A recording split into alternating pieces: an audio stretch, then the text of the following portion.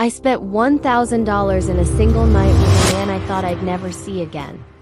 A gorgeous model with jawline perfection, a dangerous smile, and a secret so deep it almost ruined my life.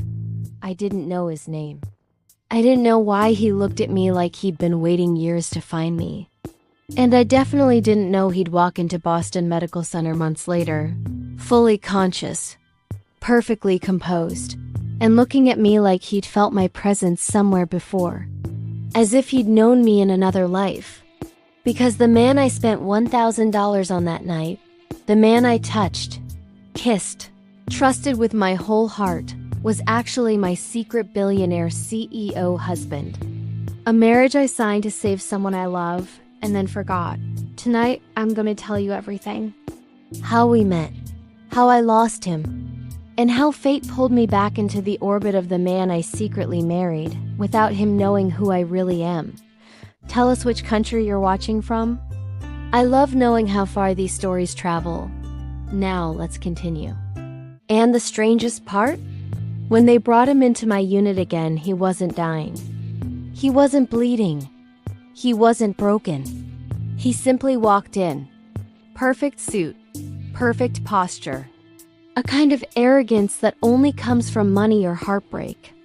I didn't recognize him at first, not without the warmth of that night, not without the man who made me believe I deserved more. But he paused when he saw me, just stared, like he was trying to remember something he shouldn't be able to recall. Then he pointed at me and said, "I don't want anyone else touching me. Only her. Her me. The nurse he didn't know he'd married. The woman he trusted without understanding why. He didn't know the truth, but I did. The stranger I spent $1,000 on was already my husband. Let me go back. Let me tell you how a girl like me ended up in a situation this impossible. 3 years ago, I wasn't Lily Morgan. I was Lily Williams. 23 years old, nursing student in my final semester, living in a cramped studio apartment in the Midwest with my mother who was dying of stage 4 ovarian cancer. The doctors gave her 6 months without treatment. With experimental treatment, maybe 2 years. The cost? $300,000. Insurance covered nothing. I had $4,000 in my savings account and a nursing degree I hadn't finished yet. I was drowning. Completely, utterly drowning. My mother was everything to me. She raised me alone after my father left when I was 6. Worked 2 jobs to put me through school. Waitress in the morning, cleaning offices at night. I remember falling asleep to the sound of her coming home at midnight, exhausted but always stopping by my room to kiss my forehead. She never complained, never asked for anything. She sacrificed everything so I could have a future. And now she was dying and I couldn't save her. The irony was brutal. I was training to save lives, but I couldn't save the one that mattered most. I applied for loans, all rejected. Started a fundraiser online. Raised $800 in 2 months. I took extra shifts at the hospital where I was doing clinical rotations. Worked myself to exhaustion, but the numbers didn't add up. They never would. I was running out of time. She was getting worse. The pain in her eyes every morning, it killed me faster than the cancer was killing her. I'd watch her try to hide how much it hurt to breathe, how much it hurt to move. She'd smile at me and say, "I'm fine, baby. Don't worry about me." But I knew. I could see death creeping closer every single day. Then one day, a woman in an expensive suit showed up at the hospital where my mother was receiving palliative care. She introduced herself as Margaret Halley, attorney for the Sterling family. She said she had a proposal, a business arrangement. Her client, a young billionaire CEO named Alexander Sterling, needed to fulfill a condition in his grandmother's will. Marriage. His grandmother was dying, and her final wish was to see him settled, married, building a legacy. He had 6 months to marry or lose his inheritance and control of the family company. Dozens of women had tried. Socialites, models, daughters of business partners. None were suitable. He didn't want love. He didn't want romance. He wanted a contract. Margaret offered me $500,000. Enough to save my mother and have money left over to finish school and start my life. The terms were simple. Sign the marriage certificate. Attend one meeting with his grandmother if she was still alive. Stay legally married until the grandmother passed, approximately 3 to 6 months. Then annulment. Clean, quiet, done. No one would know. It would be a private civil ceremony. He wouldn't expect me to live with him, sleep with him, or even see him after the signing. I would be free. Just legally bound on paper, like a business merger. Nothing more. I should have said no. I should have walked away. Every instinct told me this was wrong. That selling myself, even on paper, would change me in ways I couldn't predict. But I looked at my mother, barely breathing in that hospital bed, and I thought, what kind of daughter am I if I don't try everything? What kind of person chooses pride over saving the woman who gave up everything for me? So I said yes. I signed the contract. I agreed to meet him at the county clerk's office the following week. Margaret handed me the first installment, $50,000, as a deposit. Enough to start my mother's treatment immediately. The rest would come after the ceremony. I held that check in my hands and felt like I'd just sold my soul.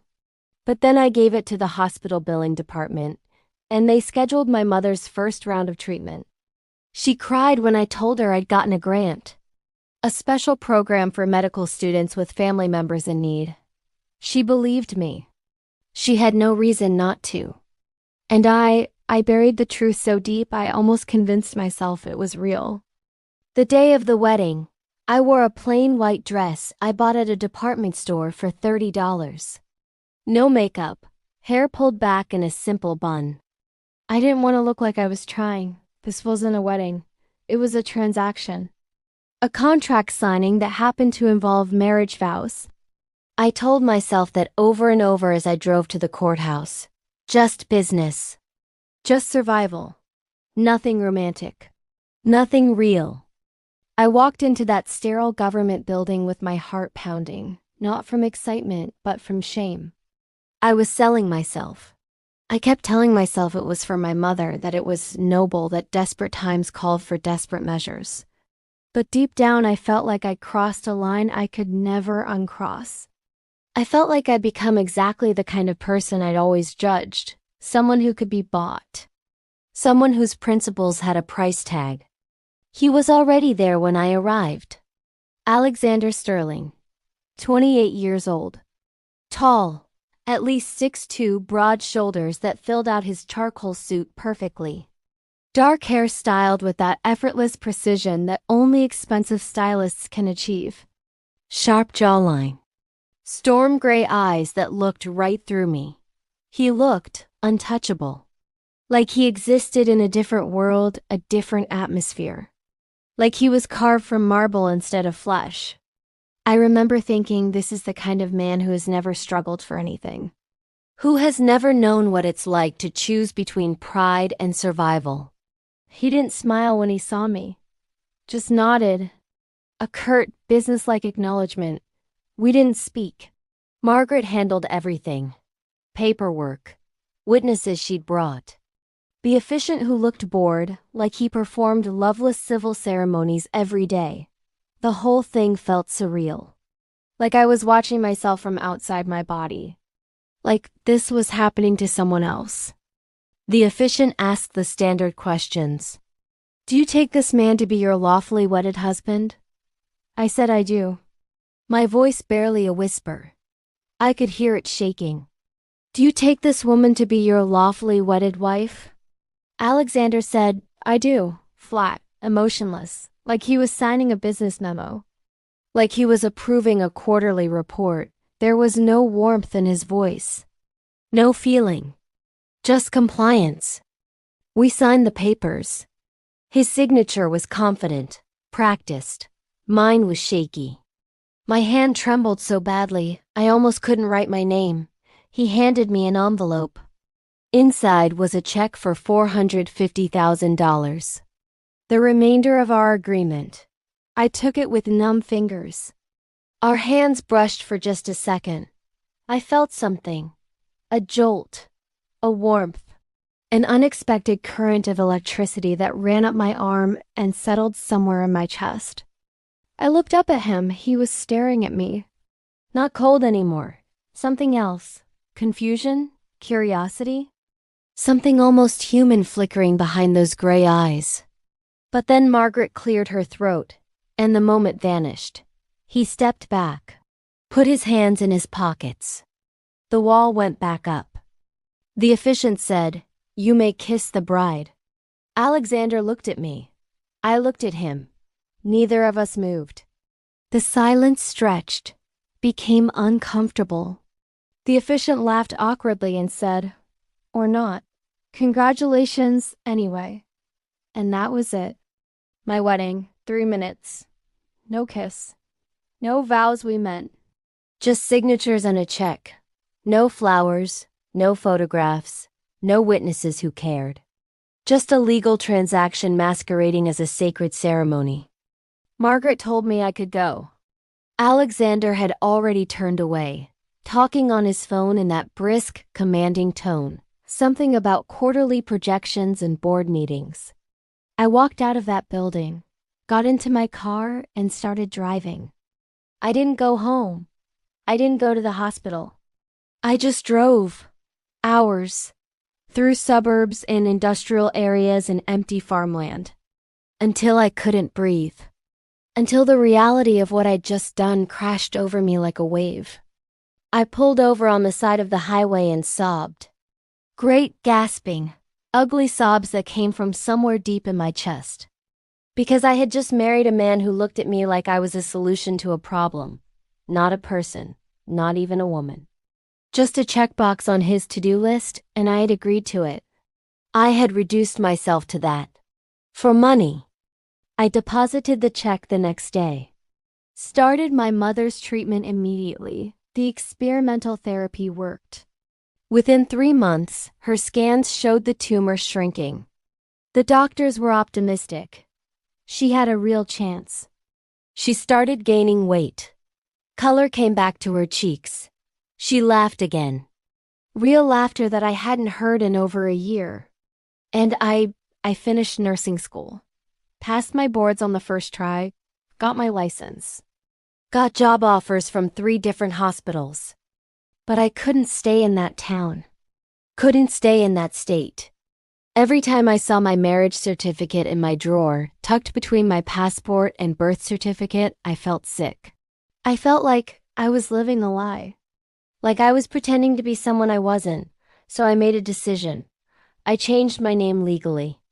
Lily Williams became Lily Morgan, my mother's maiden name. I moved to Boston. Started over. New city. New name, new life, new identity built on old secrets. I told myself the marriage didn't count.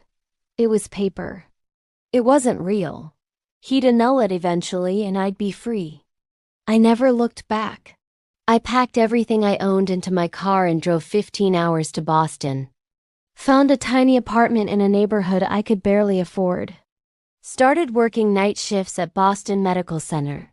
Built a life from scratch, a quiet life, a simple life, a life where no one knew what I'd done, where I could pretend I'd never sold myself for $500,000.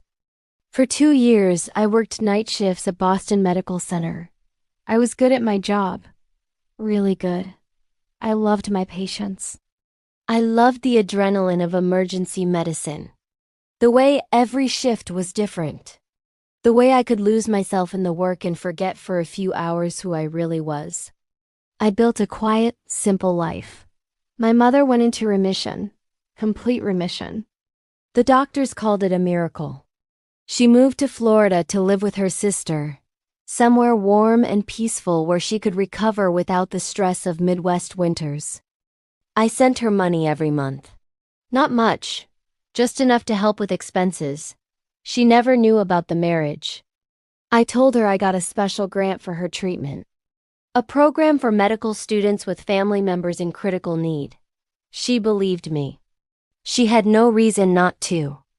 And I tried to forget Alexander Sterling existed. Tried to forget the weight of that check in my hands. Tried to forget the strange jolt I felt when our fingers touched. But I couldn't. Not completely. Sometimes I'd see his face on the news. Business magazines at the hospital waiting room. Forbes lists, tech industry conferences. He was always alone. No wife mention, no girlfriend. No romantic partner of any kind. Always just him.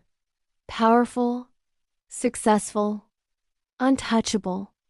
I wondered if he even remembered me. If he'd annulled the marriage and just never told me. If I was free and didn't even know it. I thought about reaching out, asking, but I was too afraid. Afraid he'd be angry I ran. Afraid he'd demand something from me. Afraid that if I heard his voice, I'd remember that strange moment in the courthouse when he looked at me like he was seeing me for the first time. Then, 6 months ago, everything changed. I had just finished a brutal 16-hour shift. We'd been short-staffed. 2 nurses called in sick. A massive car accident on the highway brought in 7 trauma patients at once. I'd spent hours in the OR, covered in blood, running on adrenaline and coffee.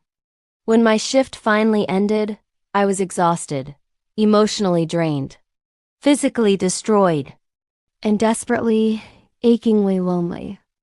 I went to a bar near the hospital. Upscale place I'd never been to before. The kind of place with exposed brick walls and Edison bulb lighting and cocktails that cost $20 each. I just needed a drink, maybe 2. I needed to feel like a human being again instead of a machine that took vitals and administered medication. I sat at the bar, ordered whiskey neat, and tried not to cry into my glass. That's when I saw him. A man sitting alone at the other end of the bar. Tall, dark hair slightly messy like he'd run his hands through it 1,000 times. Sharp jawline covered in a day's worth of stubble. Expensive but casual clothes. Dark jeans, white shirt with the sleeves rolled up. A watch that probably cost more than my rent. He looked sad, beautiful and sad. Lost in thought. Staring at his own drink like it held answers to questions he hadn't asked yet. He caught me staring. Smiled. A small, hesitant smile that didn't quite reach his eyes, but softened his face completely. I should have looked away. Should have minded my own business. Should have finished my drink and gone home to my empty apartment. But I didn't. Something in his eyes called to me. Something familiar that I couldn't place. Something that made my chest ache. He walked over. Asked if he could sit. His voice was deep, smooth, with just a hint of roughness around the edges. I said yes. He introduced himself as Alex, said he was in town for work. A model between gigs. He had that look, chiseled, polished, the kind of face that could sell anything. I believed him completely. He asked what I did. I told him I was a nurse. That I'd just finished a shift from hell. That I was here because I needed to remember what it felt like to be off the clock. He laughed. Said he understood that feeling more than I knew. We talked for hours. He was charming, mysterious, guarded but warm. There was a sadness in him that mirrored my own. Like we were both running from something we couldn't name. He asked about my life. I told him about nursing, about loving my job, about feeling invisible sometimes in a city this big. About wondering if I'd ever feel truly connected to anything or anyone. He listened, really listened. Not just waiting for his turn to talk, but actually absorbing what I said. Asking follow-up questions. Making me feel like my words mattered. He told me about traveling, about feeling unmoored. About wondering if he'd ever find something real in a world that felt increasingly fake. about the pressure of living up to expectations he never set for himself. He didn't give details, kept things vague, but I felt the truth beneath his words. He was lonely, just like me. We were two lost people who'd found each other for one night. And somewhere around the third drink, I made an insane decision. I had been saving money for months, emergency fund, rainy day money. $1,000 cash in my wallet because I'd just pulled it out to pay my rent the next morning. I always paid rent in cash because my landlord was old-fashioned and didn't trust banks. I looked at this beautiful, mysterious man who made me feel seen for the first time in years, and I thought, what if I just let go? What if I had one night where I wasn't the responsible one? Where I wasn't the girl who married for money and ran? Where I wasn't the nurse who sacrificed everything and got nothing back? What if I was reckless? What if I chose something just because I wanted it? So I leaned in close and said, I have $1,000 in my wallet right now. Let's spend it, tonight, all of it, on whatever we want. Let's be completely, irresponsibly reckless. He looked at me like I'd lost my mind. Then he laughed. A real deep, gorgeous laugh that made his whole face light up. He said, "You're serious?" I said, completely serious. I want one night where money doesn't matter. Where responsibility doesn't matter. Where we just exist together. He studied my face for a long moment, searching for something. Then he said, okay, let's be reckless together. We left the bar. Went to the most expensive restaurant we could find still open at 11 p.m. A place with white tablecloths and waiters in tuxedos and prices that made my stomach turn. We ordered everything that sounded good. Oysters on ice, lobster, steak that melted on your tongue, wine that cost more per glass than my hourly wage as a nurse. We ate slowly, savored every bite, talked about dreams, fears, regrets, things we'd never told anyone. He told me about a life he felt trapped in, about expectations that weren't his own, about wondering if he'd ever be free to just be. I told him about running from a past I couldn't forgive, about guilt that followed me everywhere, about wondering if I'd ever feel clean again. We didn't use last names, didn't exchange numbers, didn't make promises we couldn't keep. It was freedom. Pure, temporary, beautiful freedom. The kind of freedom you can only find with a stranger who will never judge you because they'll never see you again. After dinner, we walked along the harbor. It was late, past midnight. The city was quiet. Just the sound of water lapping against the docks and distant traffic. The air smelled like salt and possibility. He took my hand. I didn't pull away. His hand was warm, strong, calloused in a way that surprised me. Not the soft hands of someone who'd never worked. We sat on a bench overlooking the water and he said, I feel like I know you, like I've been looking for you without knowing it. Like you're the answer to a question I forgot, I asked. I said, maybe you have. Maybe we're both lost and we just found each other for one night. Maybe that's all this is. One perfect night before we go back to being lost again. He turned to me. His eyes were so intense I could barely breathe. He said, what if I don't want to go back? What if I want to stay lost with you? I said, you can't. We can't. This isn't real life. Real life is complicated and messy and full of things we can't escape. This is just a moment. He kissed me then. Soft at first. Tentative. Like he was asking permission. Then deeper when I kissed him back. Desperate. Like he was trying to memorize me. Like he knew this was all we'd ever have. We stayed on that bench for over an hour, kissing, talking, holding each other like the world might end if we let go. I told him things I'd never told anyone. About my mother.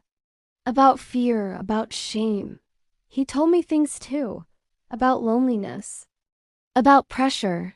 About feeling like he was living someone else's life. We went back to my apartment. I'd never brought anyone there before. It was small, messy, nothing impressive. Dishes in the sink, laundry on the chair, books everywhere.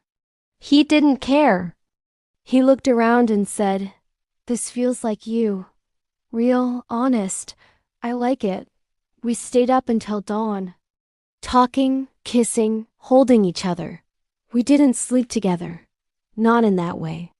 We just existed together, in a space outside of time, outside of our real lives, outside of everything that weighed us down. When the sun started rising, painting my apartment in shades of gold and pink, he looked at me with such sadness in his eyes and said, "I wish I could stay. I wish this didn't have to end. I wish we could exist in this bubble forever." I said, "Then don't let it end. Stay." He shook his head, said, "You don't know what you're asking. I have obligations, responsibilities, a life I can't just walk away from." I said, "Then tell me who you really are. Let me in." But he didn't. He just kissed my forehead, got dressed, and left. Walked out of my apartment as the sun rose. Walked out of my life. I found a note on my nightstand an hour later, written on the back of a receipt in handwriting that was surprisingly elegant.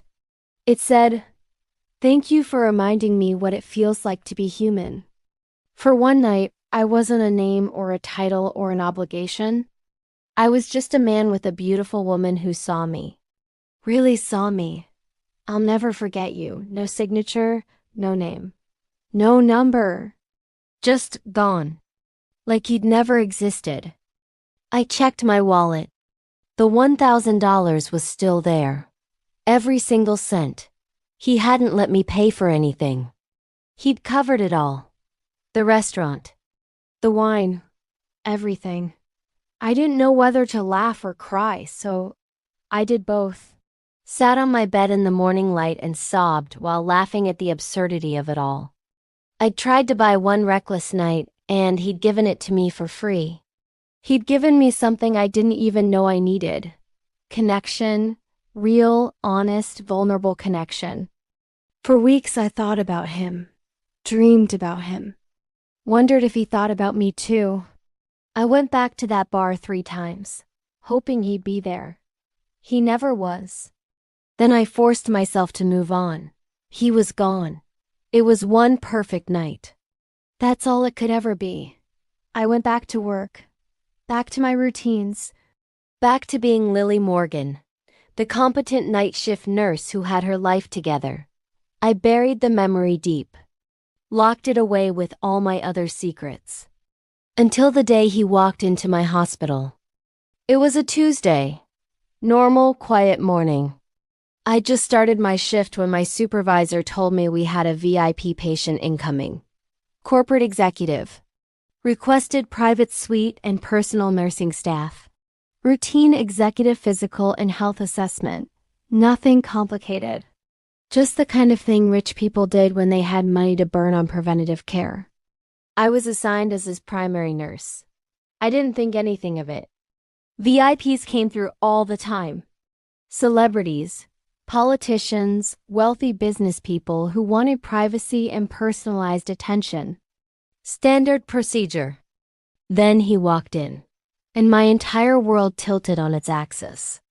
He was older than I remembered, not by much. Just more refined. Hair perfectly styled again instead of messy. Suit that probably cost more than my car. But it was him. Alex, the man from the bar. The man I'd spent $1,000 trying to hold on to for just one night. The man who'd made me feel alive in a way I hadn't felt in years. My hands started shaking. I dropped my clipboard. It clattered to the floor. He didn't notice at first. He was on his phone, talking to someone in that brisk, businesslike tone. Something about acquisitions and market projections. Then he looked up, saw me, and stopped mid-sentence. Just stopped, stood there staring at me like he'd seen a ghost. I stared back. My brain was screaming. What is he doing here? Why is he in Boston? Did he find me? Did he track me down? But that didn't make sense. He didn't know my last name. Didn't know where I worked. This had to be a coincidence. A cruel, impossible coincidence. Then my supervisor said brightly, "Mr. Sterling, this is Lily Morgan, one of our finest nurses. She be taking care of you during your stay. Mr. Sterling, not Alex, Sterling. Alexander Sterling, my husband. The man I married 3 years ago in a loveless ceremony and ran from. The man I spent $1,000 on 6 months ago without knowing who he was. The man who looked at me in a courthouse like I was a problem to be solved. The man who looked at me in my apartment like I was the answer to everything. They were the same person. And he had absolutely no idea. I thought I might pass out. Thought I might actually collapse right there on the pristine hospital floor. He was still staring at me, not with recognition, but with something else. Confusion, curiosity, that same intense focus he'd had at the bar. He said slowly, his voice careful, "Have we met before?" "You seem familiar, incredibly familiar, like I should know you." I forced my voice to work, forced words past the tightness in my throat. Sighed, "I don't think so. I have one of those faces." "Common features." He frowned slightly, tilted his head, like he was trying to solve a complex equation. Then he said, No, I don't forget faces. Especially not." He trailed off, shook his head, looked frustrated with himself. "Never mind, but I want you as my nurse. Only you. No one else touches me. No one else comes into this room unless absolutely necessary. Understood?" My supervisor looked thrilled. "Of course, Mr. Sterling. Whatever you need. Lily is excellent. You're in the very best hands." I wanted to scream, to run, to disappear into thin air. But I couldn't. So I nodded. Said, "Of course. Whatever you need, Mr. Sterling." And that's how I became the personal nurse to my secret husband who spent one reckless night with me 6 months ago and had absolutely no idea we were already bound by law. The first day was torture, pure, exquisite torture. I checked his vitals with shaking hands. Took blood samples, trying not to notice how warm his skin was. Asked standard medical questions while my heart hammered against my ribs. He watched me the entire time, not inappropriately, not creepily. Just intensely, like he was trying to figure something out. Like I was a puzzle he needed to solve. He asked me questions too. Personal questions that went beyond medical history. Where are you from originally? How long have you been in Boston? Do you like it here? What made you become a nurse? I kept my answers vague. Professional, short, but my hands shook every time I touched him. Every time I felt his pulse under my fingers. Every time I heard his voice and remembered that voice whispering in my ear in the darkness of my apartment. At one point, when I was adjusting the 4th line, he caught my wrist gently, his fingers warm and firm around my arm. He said, "You're nervous. Why? Your hands are shaking." I said, "I'm not nervous, just focused." He smiled. A small, knowing smile that made my stomach flip. He said, "You're a terrible liar, Lily Morgan. Your pulse is racing. I can see it in your neck. Why does being near me make you nervous?" I pulled my hand back, stepped away, sighed. "I just want to do my job well. You're an important patient. High profile. I don't want to make any mistakes." He said, "I don't care about important. I don't care about high profile. I care about honest. So I'll ask you again, are you afraid of me?" I looked him in the eyes. Those same storm gray eyes that looked at me in a courthouse, that looked at me in a bar, that looked at me in my bed as the sun rose.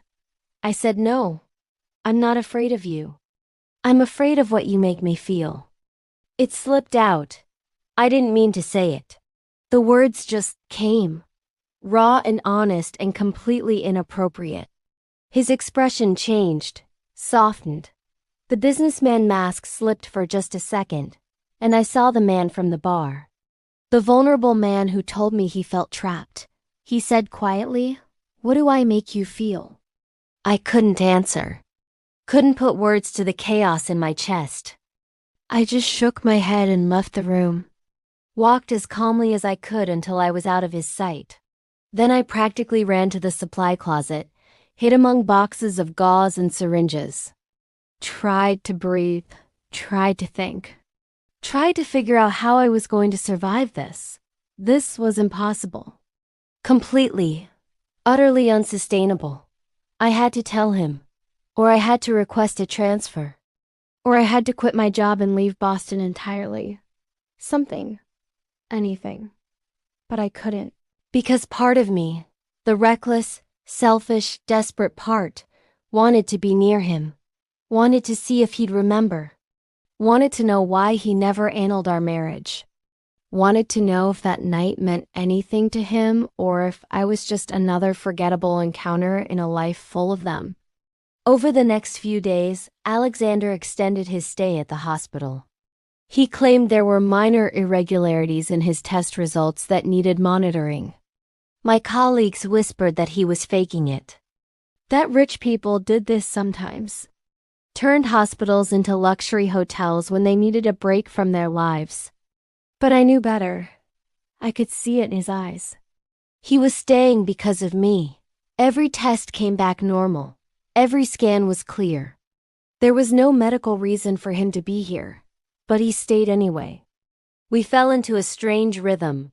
I'd come in for my shift. He'd be waiting, always awake, always watching the door like he'd been counting the minutes until I arrived. We'd talk while I did my rounds. About everything and nothing. Books we'd read, movies we'd seen, childhood memories that felt safe to share. He told me about his grandmother who'd passed away 2 years ago. How much he missed her. How she was the only person who ever really understood him. How he'd failed her in some way he wouldn't explain. I could hear the guilt in his voice. The regret. I told him about my mother. About her recovery. About how proud I was that she was healthy now. Living her best life in Florida. How I sent her money every month. How she called me every Sunday to tell me about her week. He smiled when I talked about her. A real, genuine smile that made him look younger. He said, "You're a good daughter. She's lucky to have you. Most people wouldn't sacrifice what you've sacrificed." I almost laughed. If only he knew what I'd actually sacrificed, who I'd become to save her. One night, during a quiet shift when the hospital was still and peaceful, he asked me something that made my blood run cold. He said, "Do you believe people can meet twice? Like fate bringing them together again even when circumstances should keep them apart?" I felt my heart stop. I said carefully, "What do you mean?" He said, "I don't know how to explain it. I feel like I've known you before. Not just familiar, known. Like we've had conversations in another life. Like we've touched before. Do you ever feel that with someone? Like you've met them in a dream?" I wanted to scream yes. Yes, we met. We married. We spent one perfect night together. You were my reckless mistake and my impossible secret, and now you're here and I don't know what to do. But I just said, sometimes I think the universe puts people in our path for reasons we don't understand right away. Sometimes we meet the right person at the wrong time. Or the wrong person at the right time. Or the right person twice because we weren't ready the first time. He looked at me for a long time. So long I had to look away. Then he said something that shattered me. He said, "I was married once. Technically, I still am. It was a business arrangement. A contract to fulfill my grandmother's dying wish. I needed to marry within 6 months or lose everything she built. So I found someone who needed money. Made a deal. We signed papers and she disappeared the same day. I froze. Couldn't breathe. Couldn't think. He continued. I spent 2 years looking for her. Hired the best investigators money could buy. Tracked down every lead. Followed every thread. Nothing. She vanished. Changed her name, apparently. Erased herself completely. Like she never existed. My throat was so tight I could barely whisper. I said, "Why did you look for her?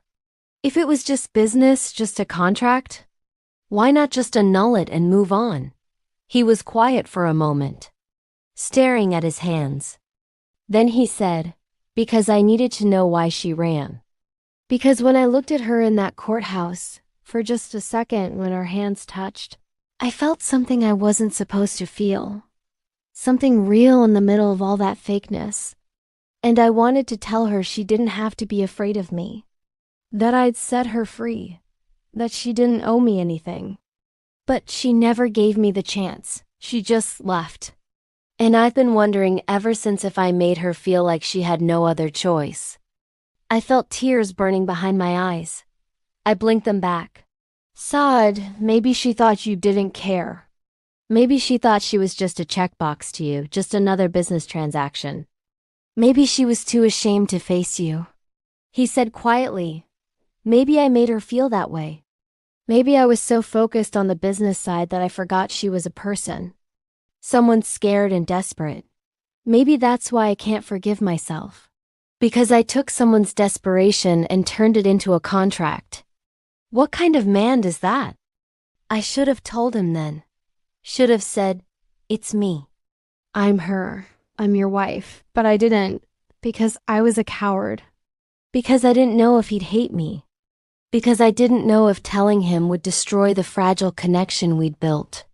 Because I was selfish and wanted to keep him close just a little longer. Then everything started unraveling. My colleague Sarah, the biggest gossip on the entire floor, cornered me in the break room during my lunch break. She was practically vibrating with excitement. She said, "Do you know who that guy is? Your VIP patient? Alexander Sterling?" I said carefully, "He's a CEO. Tech industry." Sarah laughed. "Said he's not just a CEO. He's a billionaire. Runs half the tech companies in the country. And get this, I did some digging because I was curious. He's married. Has been for 3 years. To some woman who disappeared on their wedding day. No one knows who she is. The marriage is still legally valid. Isn't that insane? He's been married for 3 years to a ghost." My blood ran cold. I said, "How do you know that?" She said, "Public records if you know where to look." I have a friend who works in legal research. Asked her to dig around. Poor guy's been searching for his missing wife forever. Can you imagine? Being married to someone you can't find? I wonder what she did that was so bad she had to completely disappear. I wanted to defend myself, to say I wasn't bad. I was just scared, ashamed, desperate to escape what I'd done. But I couldn't, so I just nodded and said, "People are complicated. We never really know what someone else is going through." Sarah shrugged and said, "Well, he seems completely obsessed with you. Every single nurse on this floor is jealous. The way he looks at you, girl, you should absolutely shoot your shot." I laughed, a bitter, hollow laugh. If only she knew. If only she had any idea how complicated this actually was. That night, I couldn't sleep. Couldn't turn my brain off. I kept thinking about what Alexander said. That he looked for me, that he wanted to set me free. That he felt guilty for how he treated me. I thought about the night at the bar. How he said he felt trapped in a life he didn't choose. Had he been talking about our marriage? About the burden of searching for someone who didn't want to be found? Or something else entirely? I went through every conversation we'd had. Every word, every look, trying to find clues, trying to understand. The next morning I walked into his room and found him on his laptop. Working, always working. He closed it quickly when he saw me. Too quickly. Like he was hiding something. I said, working on a Sunday? He said something like that. But he looked guilty, uncomfortable, caught. I did my usual checks, vitals, medication review. He was quiet, unusually so. The easy conversation we'd built over the past week was gone, replaced by heavy silence. When I turned to leave, he said, "Lily, wait." I stopped, turned back. He said, "I need to ask you something. And I need you to be honest with me. Can you do that?" My heart was pounding so hard I was sure he could hear it. I said, "Okay." He said, "Have you ever done something you regretted so much it changed who you are? Something that made you question everything you thought you knew about yourself?" I looked at him, really looked at him, saw the pain in his eyes, the vulnerability he was trying so hard to hide. And I said, "Yes, every single day, every moment. I live with regret like it's a second skin." He nodded slowly, said, "Me too." Then he asked, "If you could go back, would you fix it?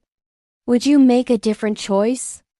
Or would you accept that some mistakes are meant to teach us who we're supposed to become?" I thought about running from that courthouse, about changing my name, about lying to him for weeks, about that night at the bar when fate gave us a second chance and I still couldn't be honest. I said, "I don't know. Maybe both. Maybe we fix what we can and accept what we can't. Maybe we forgive ourselves for being human. Maybe that's all we can do." He stood up, walked over to me. We were inches apart, close enough that I could smell his cologne. Something expensive and masculine that made my head spin. He said, "I think I'm going crazy, Lily Morgan. Because every time I look at you, every time I hear your voice, I feel like I'm supposed to remember something. Something critically important. And it's driving me absolutely insane. Not being able to place you. Not being able to figure out why you feel like home." I could barely breathe. I whispered, "Maybe some things aren't meant to be remembered consciously. Maybe they're meant to be felt. Maybe our bodies remember what our minds forget." He reached up, touched my face gently, his thumb brushing my cheekbone, his hand warm and slightly rough. He said, "I feel you, Lily Morgan. I don't understand it. I don't have an explanation for it, but I feel you in my bones. Like you've always been there, waiting." I should have stepped back, should have maintained professional distance, should have remembered that I was his nurse and he was my patient and we were standing in a hospital where anyone could walk in. But I didn't. I couldn't.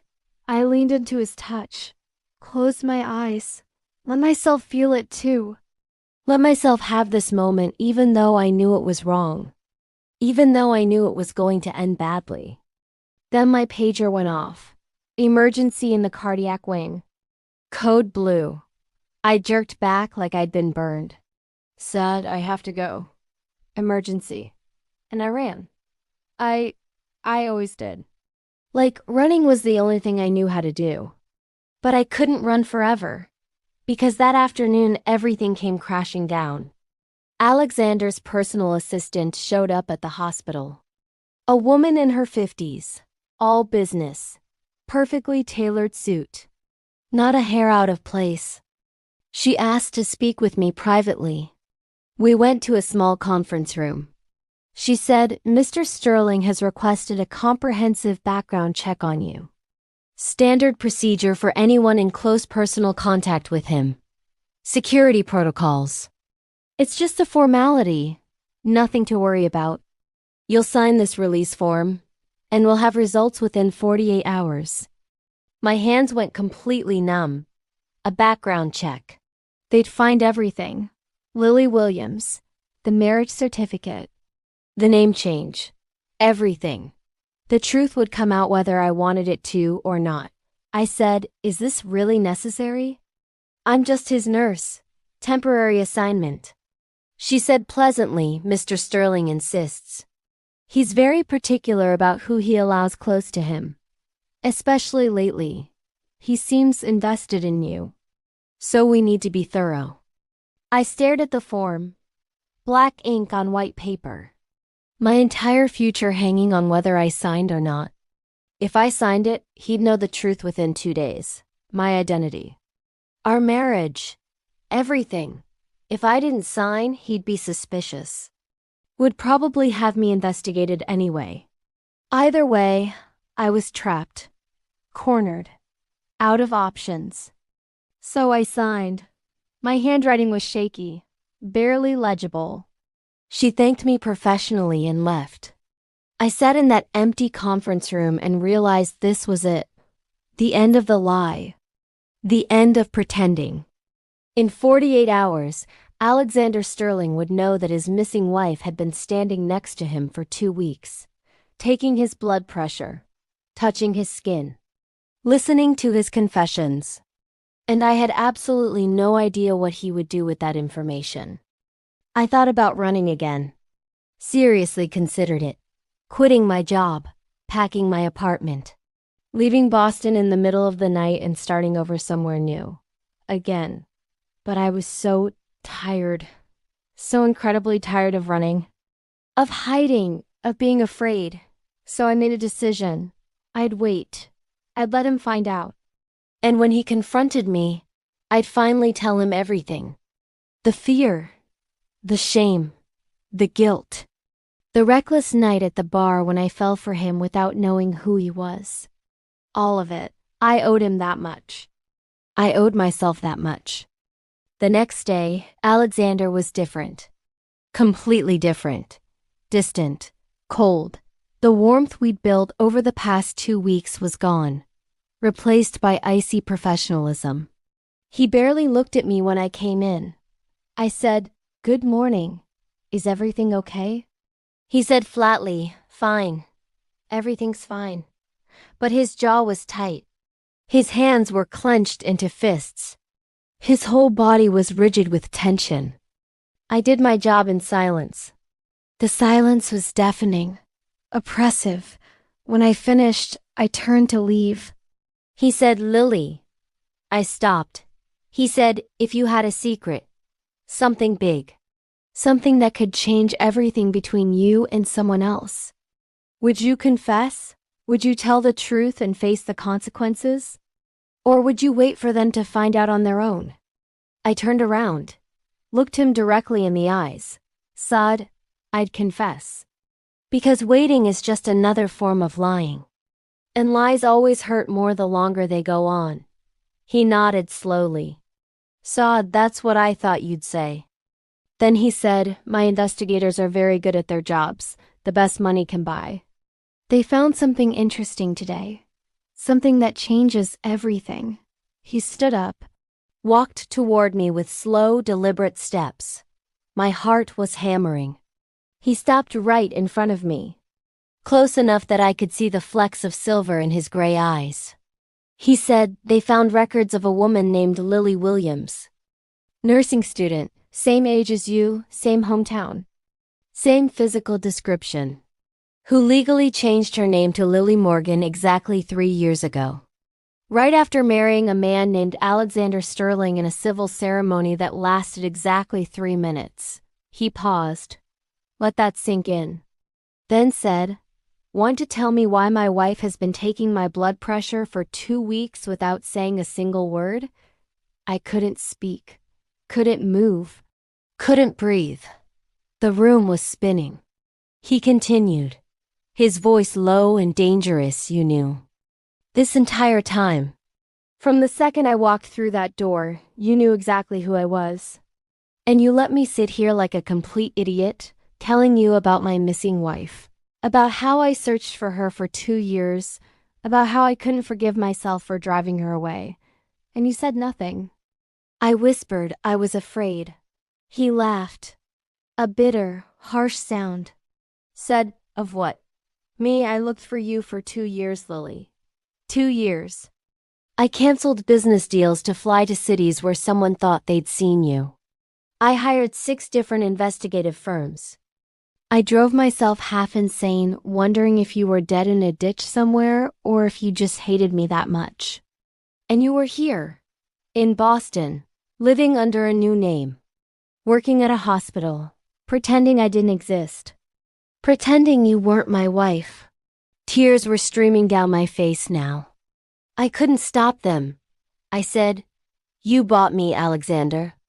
You reduced me to a contract, to a business transaction.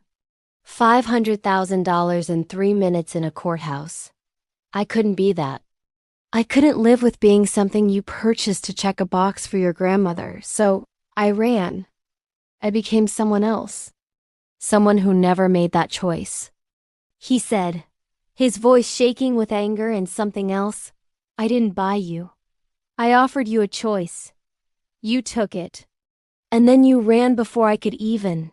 He stopped, took a breath, ran his hands through his hair. "Said, before I could tell you that you didn't have to go through with any of it. That I'd give you the money anyway. That you could leave and I'd figure out my grandmother's demands some other way.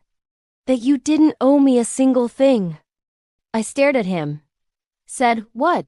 What are you talking about?" He said, "I was going to tell you after the ceremony. That you were free. That the marriage was just a legal formality for my grandmother's peace of mind and you didn't have to do anything else. You didn't have to see me. You didn't have to be a wife. You could take the money, save your mother, and live your life. But you left so fast. You were out of that building before I could even process what had happened. So I thought, okay, maybe she got what she needed and that's the end of it. Maybe she's relieved." He continued, "Until I got the investigator's report 3 months later saying Lily Williams no longer existed anywhere in any system. That's when I knew. You didn't run because you were relieved. You ran because I made you feel like you'd sold your soul." I was sobbing now. Full body sobs that made it hard to talk. I said, "I didn't know. How could I know? You barely said 2 words to me that day. You looked at me like I was nothing. Just a problem you needed to solve." He said, I know I did. I was so focused on getting through the ceremony without feeling anything that I forgot you were a real person. A terrified person doing something desperate to save someone you loved. And I failed you. I made you feel small. Made you feel like an object. So you erased yourself. Made yourself disappear. And I've been living with that guilt every single day since." I said through my tears, "I'm sorry. I'm so sorry I ran. I'm sorry I didn't give you a chance to explain. I'm sorry I lied to you here. I should have told you the second you walked in. But I didn't know how. And then it got complicated because I stopped. Couldn't finish." He said, "Because what?" "Finish the sentence, Lily." I looked up at him, tears blurring my vision. Said, "Because 6 months ago, I spent $1,000 on a man in a bar. A beautiful, mysterious man who made me feel alive for the first time since I signed that contract. A man I thought was a model. A man who listened to me like I mattered. Who kissed me like I was precious. Who held me like I was something worth keeping.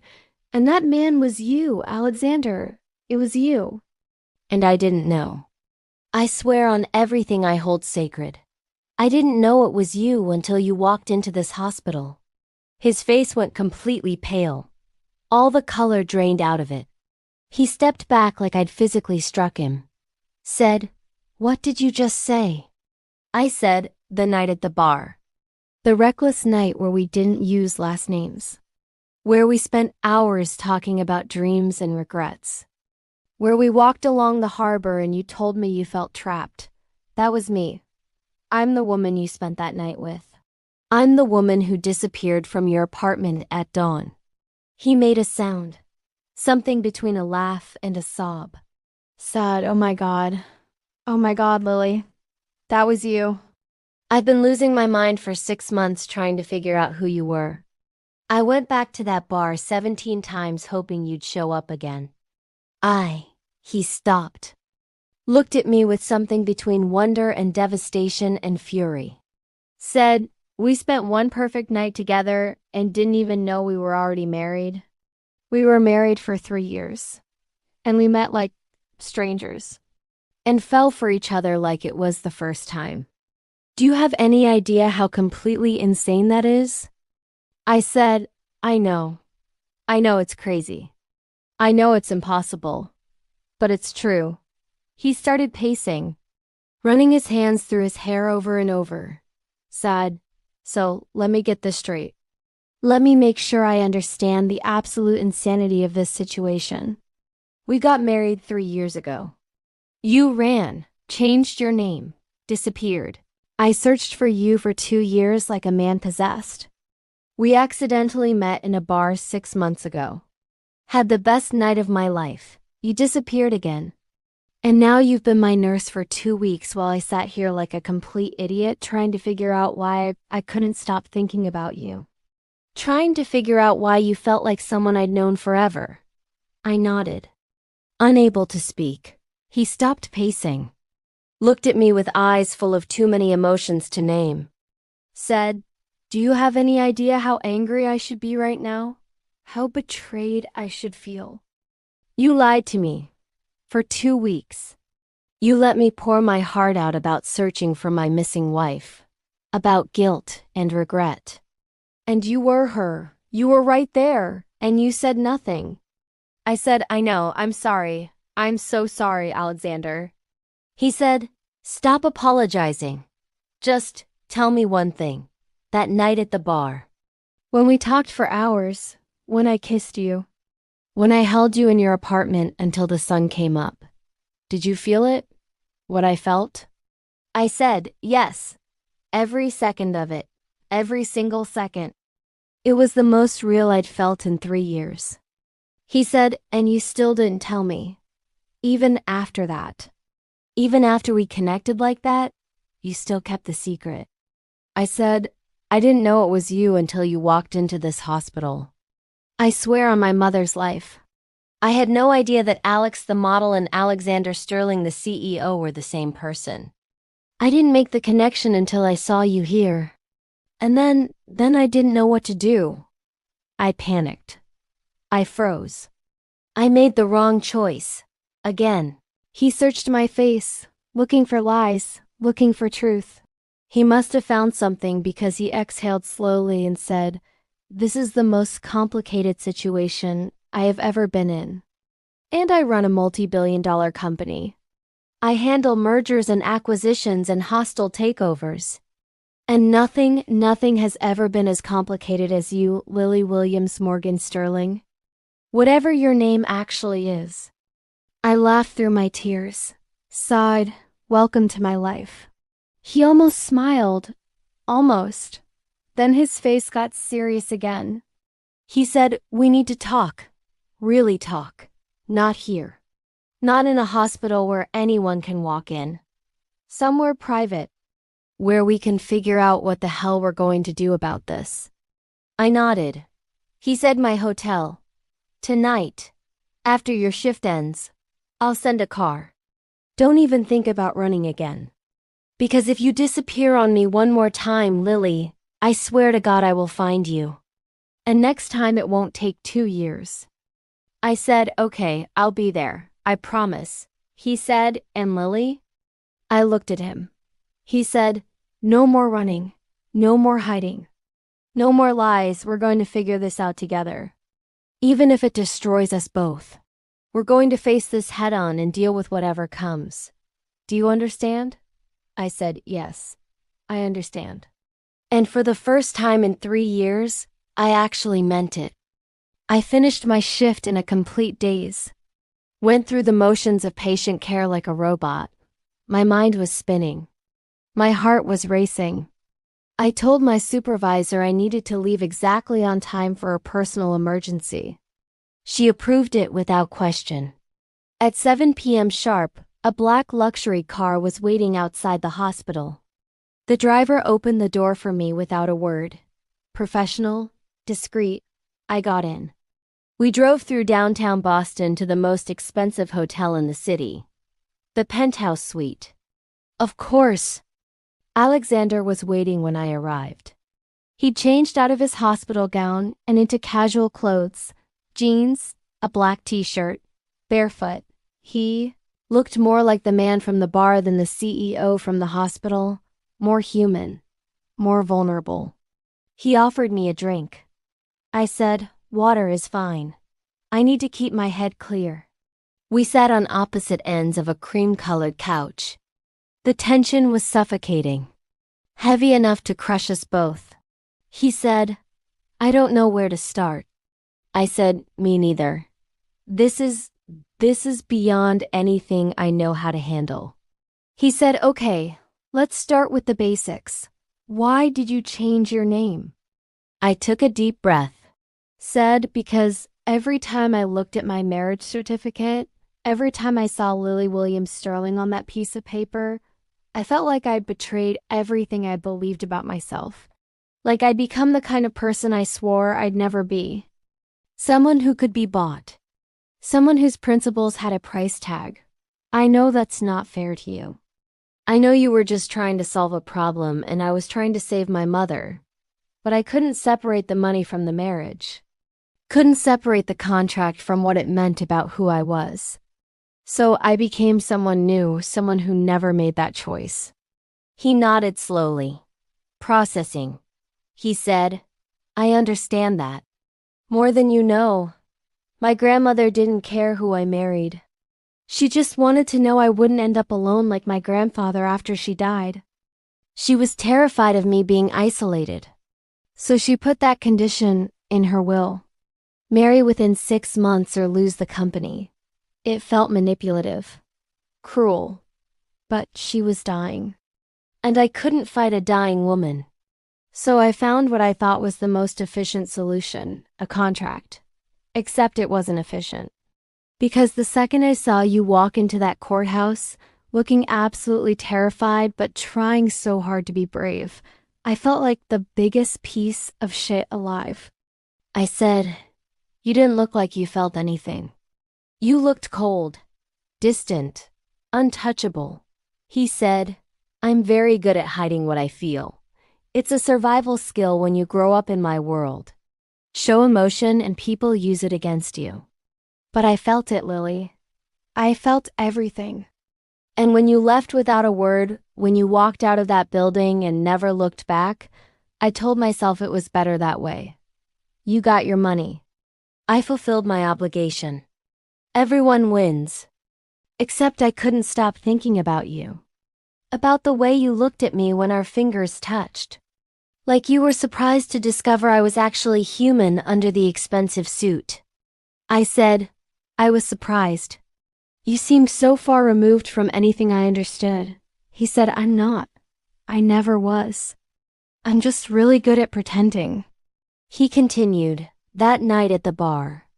6 months ago, I was in Boston because I'd gotten a lead that you might be here. One of my investigators found a connection between your mother's medical records and Boston Medical Center.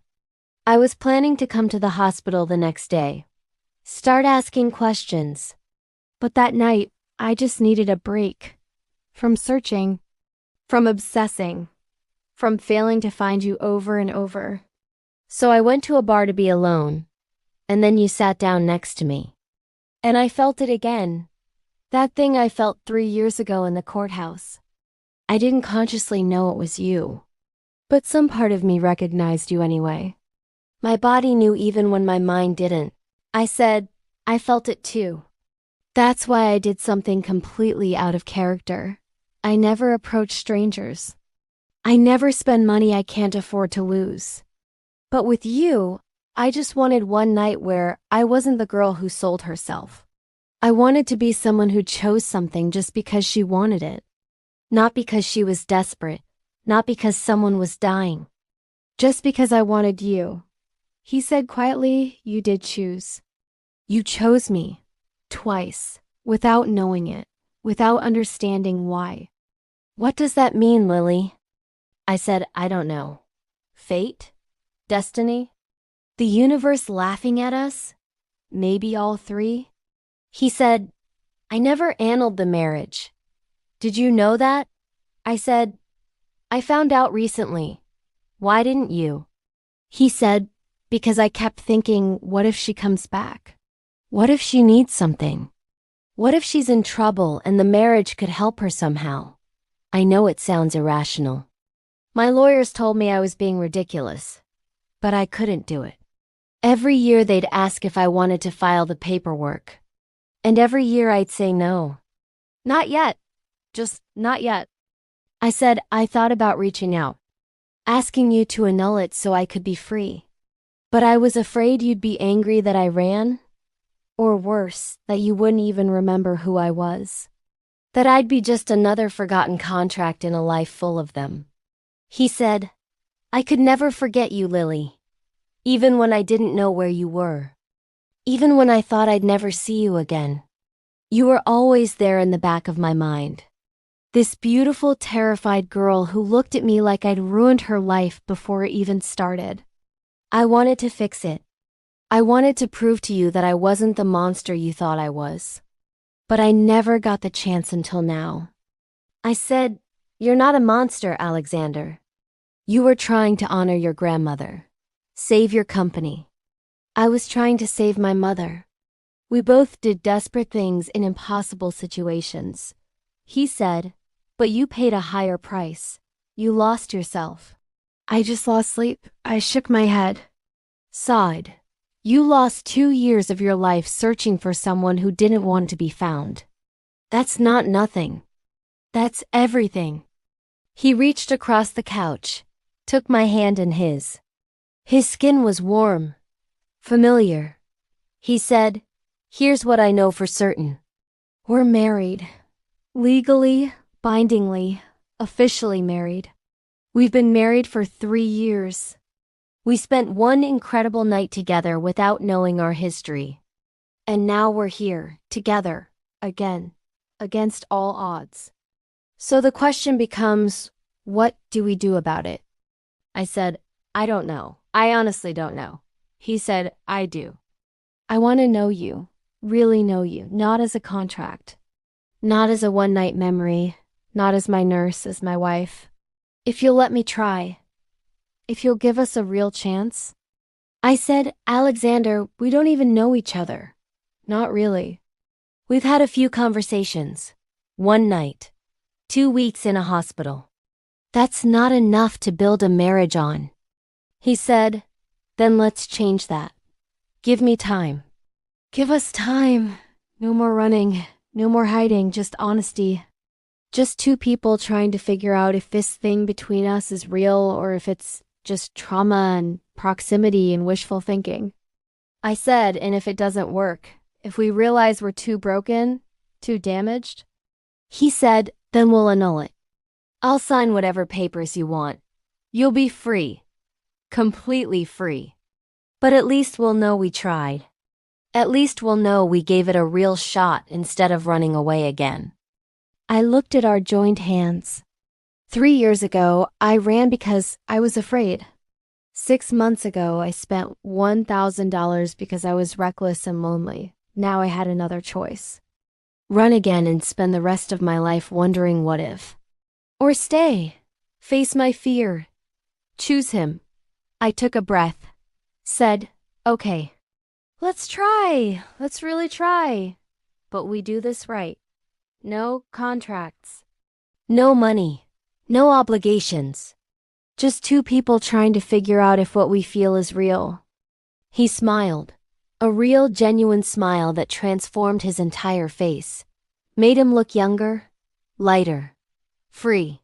He said, yeah? Yeah? Genuine smile that transformed his entire face. Made him look younguous. It transformed his entire face. Made him look younger, lighter, free. He said, yeah. You mean it? I said, yeah, I mean it. I'm tired of running. I'm tired of being afraid.